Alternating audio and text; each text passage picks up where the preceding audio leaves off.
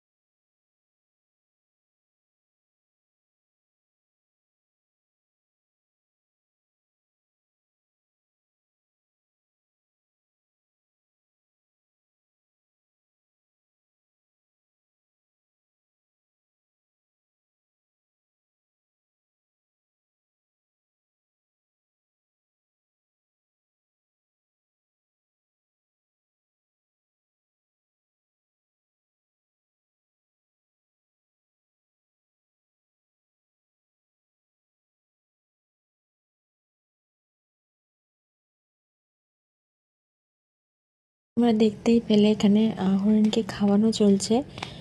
ইনি খাওয়াচ্ছেন, প্লাস অনেকে এনার থেকে নিয়েও খাওয়াচ্ছে। তোমরাও চাইলে খাওয়াতে পারো, বাট বারবার বলবো বেবিদের একটু সাবধানে রেখো, কেন শিংগুলো জাস্ট দেখতেই পাচ্ছ। এবার ওরাও অবলা, বুঝবে না, তো অ্যাটাক করে দেবে, কখন সব বেবির লেগে যাবে।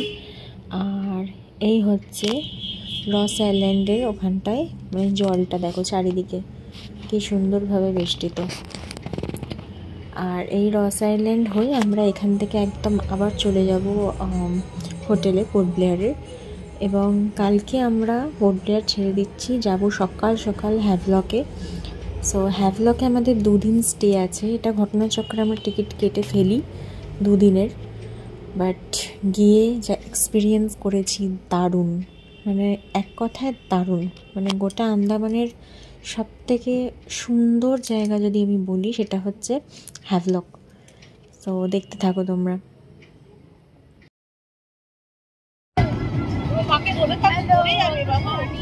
আজকে আমাদের ট্রিপের থার্ড,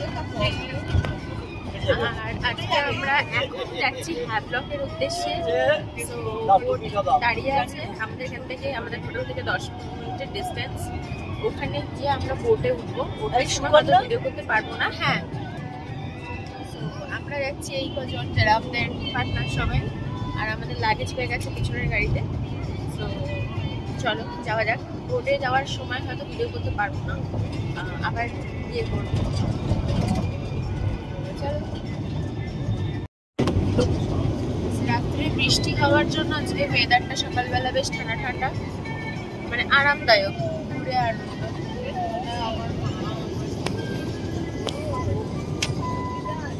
নালে সকালবেলা তো প্রচন্ড গরম থাকে।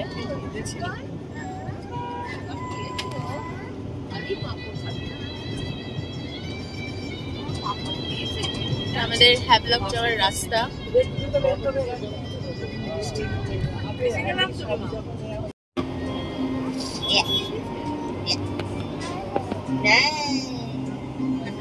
আমাদের টিকিটটা দেখেছেন?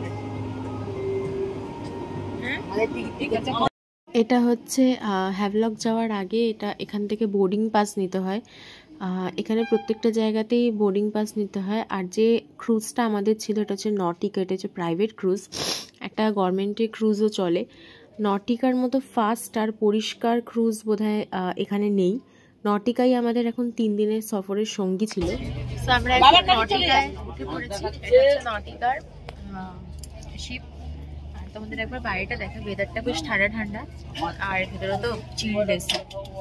এই ভিতরটা অনেকটা এইরকম, অনেক শীত মস্ট্রাস আছে। আর এই যে আমি দেখ জলে বৃষ্টি পড়েছে।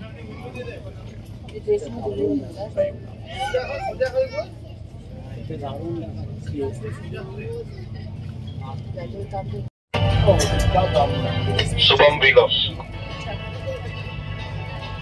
দুলছে রে।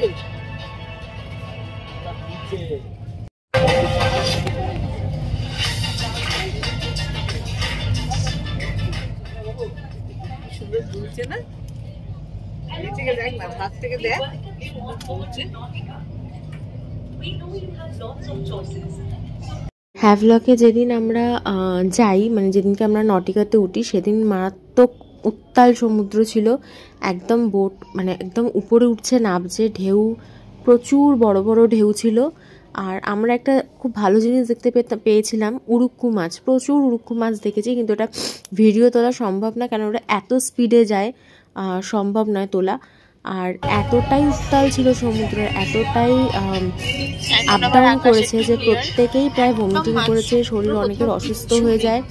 আর মেঘটা জাস্ট দেখো বাইরে, মানে মেঘ আর সমুদ্র মনে হচ্ছে যেন সেই এক কালারের মতো হয়ে যাচ্ছে। খুব ভয়ানক একটা অবস্থা ছিল।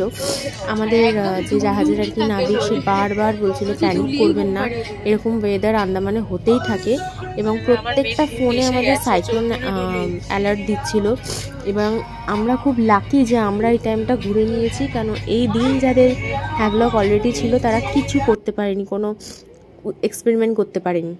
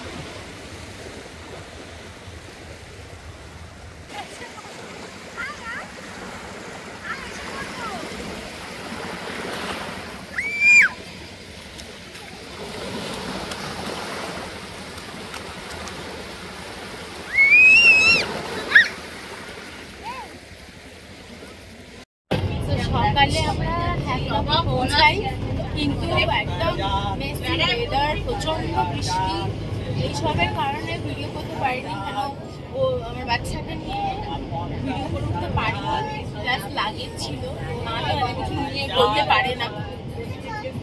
প্রচন্ড এখন একটু বেশ ঠান্ডা ঠান্ডা হাওয়া। আর আমরা এখন যাচ্ছি রাধানগর বিচে। আমাদের যে রিসর্টটা রেখেছে ওটা খুবই সুন্দর, সেটার ভিডিও আমি দেবো, আপলোড করবো, করে দেবো, আপলোড করে দেবো। তো এখন হচ্ছে আমরা যাচ্ছি রাধানগর বিচে। ইচ্ছা তো আছে একটু স্নান করা, কারণ রাধানগর বিচ শুনেছি খুবই সুন্দর। তো দেখা যাক চান করতে পারি কিনা। আবার ওয়েদারের একটা ব্যাপার, বেলাও হয়েছে, প্লাস আমি সমুদ্রে নামলে আমার কন্যা থাকবেন না, উনিও নামবেন। সবটা পরিস্থিতি মিলিয়ে দেখবো চানটা করা যায় কিনা, নাহলে একটু গাইড করতে হবে। ওই গাড়িতে বসে আছে আমার বাবা আর আমার মেয়ে, আর এই বাসে আর আমার পথটাকে এখন পাবে না। হ্যাঁ, আমি সামনে চলে গেছি ড্রাইভারের কাছে। দেখি টোটাল আন্দামানে তোমরা যেখানেই ঘোরো না কেন প্রচুর নারকোল গাছ দেখতে পারবে, তাতে একদম থোকা থোকা ডাব, সুপুরি গাছ, মানে গাছগাছলায় ভর্তি। ওপর থেকে প্লেন থেকেই ভিউটা দেখতে পাবে যে প্রচুর গাছ। ডাবের দাম মোটামুটি 50 টাকার কাছে, আর ডাবগুলো যথেষ্ট বড়, মানে দুজন আরামসে খেতে পারবে। কলাও খুব সস্তা। রাধানগর বিচে অলরেডি বৃষ্টি হচ্ছে, কি বিশাল বিশাল ঢেউ, আর সমুদ্র মানে খুব উত্তাল আজকে। আর চান করতে পারবো কিনা বুঝতে পারছি না, দেখি। ইচ্ছা তো বিশাল করছে, দেখা যাক। তো এখানে একটা ইনফো শেয়ার করে রাখি, এই যে এই সাইডগুলো দেখছো, এগুলোয় প্রত্যেকটা জায়গায় মিষ্টি জলের ব্যবস্থা করা আছে, মানে পরিষ্কার জলের। তোমরা যারা চান করে ভাবছো যে ড্রেস চেঞ্জ করবে, তারা ওখানে গিয়ে আরামসে ড্রেস চেঞ্জ করতে পারো। 20 টাকা নেয় ড্রেস চেঞ্জ করার জন্য, তোমরা ড্রেস ক্যারি করো। আমরা এখানে পুরোপুরি স্নান করিনি, যেহেতু বেলা অনেক হয়ে গেছিলো, প্রায় 4টে 4:30 হয়ে গেছিলো। আবার এখান থেকে হোটেলে ফিরতে হবে, আর আমার বাচ্চা আছে, সেই জন্য আমি চানটা করিনি। বাট আমি না করলেও ও মোটামুটি ভিজে গেছিলো ঢেউতে, কারণ আমার যেখানে পায়ের তলা, ও তো মোটামুটি ভিজবেই।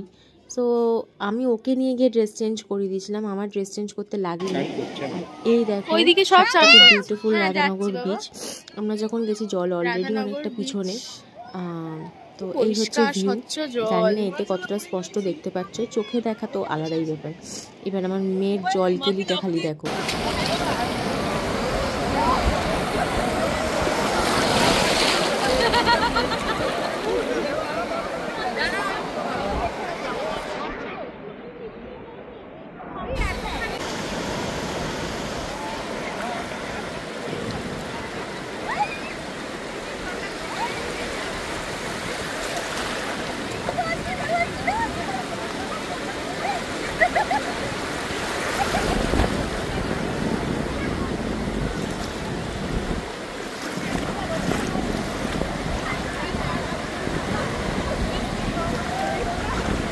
ওই যা ঢেউ, ওই যা ওই যা ওই যা।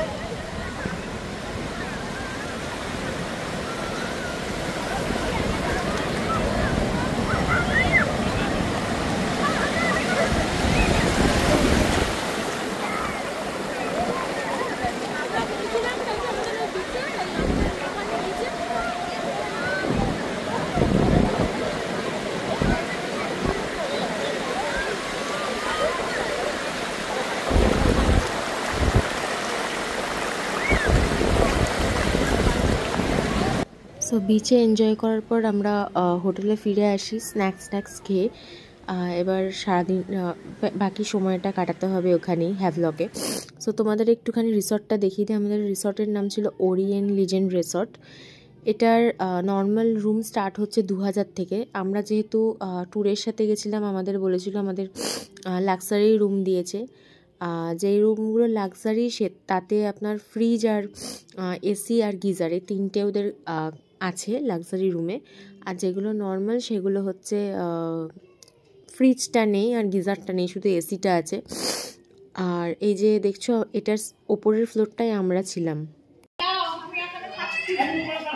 এই ঘরগুলো এরকমই সেম, আমি একটা ঘর দেখিয়ে দিচ্ছি।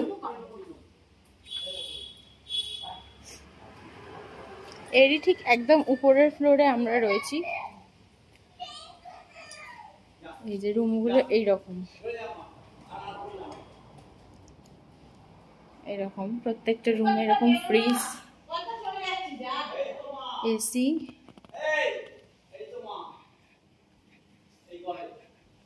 এই হচ্ছে রুমগুলো, খুব ছিমছাম কিন্তু পরিষ্কার পরিচ্ছন্ন। এটা একটা ড্রেসিং রুম দেওয়া আছে।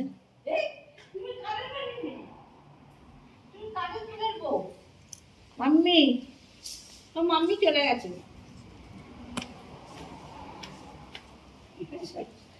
হাত দিয়ে উঠছে রে, ওস্তাদ ওই দেখো, ওই দেখো।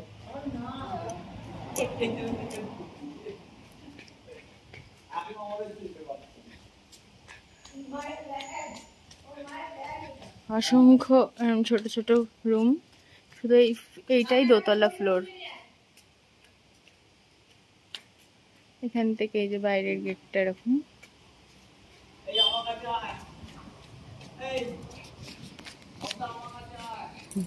ওখানে আমি যেখানে যাবো সেখানেই যাবো, আমি ছাড়া জড়বে না।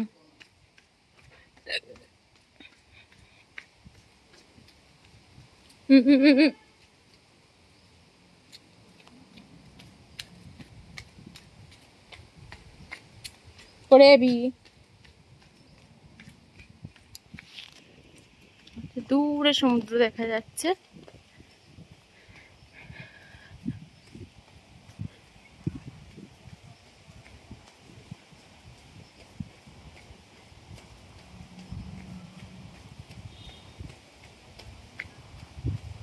কটেজও আছে,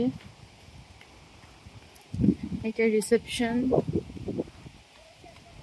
আর এদিকে এদিকে এদিকে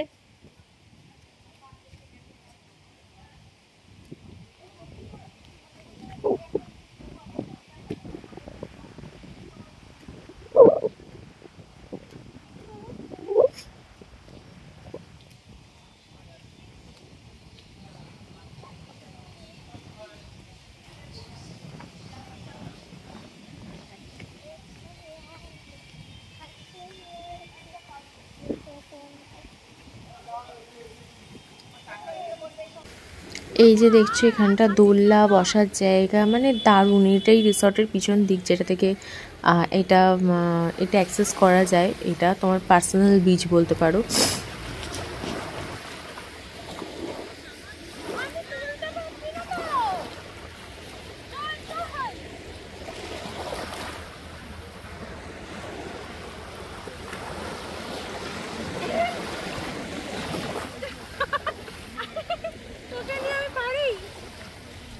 আমরা এখন রাধানগর বিচ থেকে চলে এসেছি। এসে এখন আমরা স্ন্যাক্স দিয়ে গেছে, স্ন্যাক্স খাচ্ছি। স্ন্যাক্স হচ্ছে এই যে গরম গরম বাঁধাকপির মানে ভেজ পকোড়া আর কি, সাথে সস আর চা অন দ্য ওয়ে।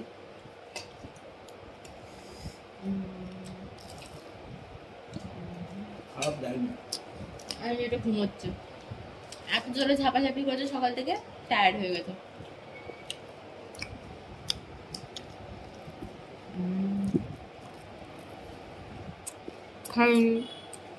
আমাদের রেস্টুরেন্টের নাইট ভিউ, এটা হচ্ছে একটা বসার জায়গা, আর ওই যে দূরে ওটা হচ্ছে রেস্টুরেন্ট।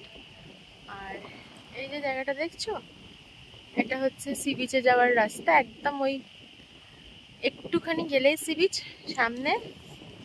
আর ভীষণ অন্ধকার, তাই যায়নি। আর মিনিটে মিনিটে বৃষ্টি, এই ঠিক এরম জায়গাটাই সি বিচটা সাজানো।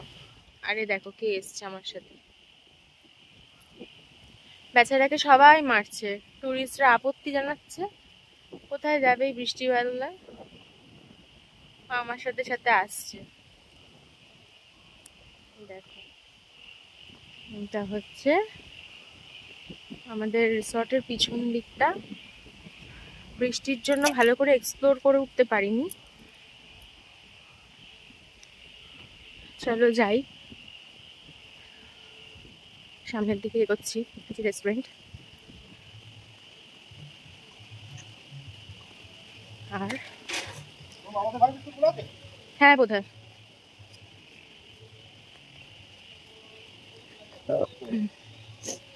ওইখানে গিয়ে বসেছে। হ্যাঁ এখানে এলেই মারধর খাবে। এটা সকালবেলা, ওখানে একবার না একবার উঠবেই, তখন খাওয়াবো। এই দেখো সকালবেলার একরকম ভিউ। এগুলো সব নিচের রুম।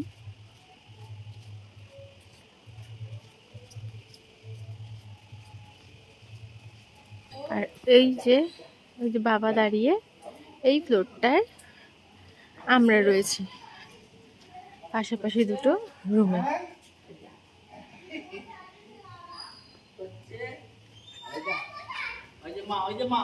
আমার এই আন্দামানের ব্লগগুলো তোমাদের কেমন দেখতে লাগছে প্লিজ একটু কমেন্ট করে জানিও। আসছে আরও একটি ব্লগ তাড়াতাড়ি, ততদিন ভালো থেকো।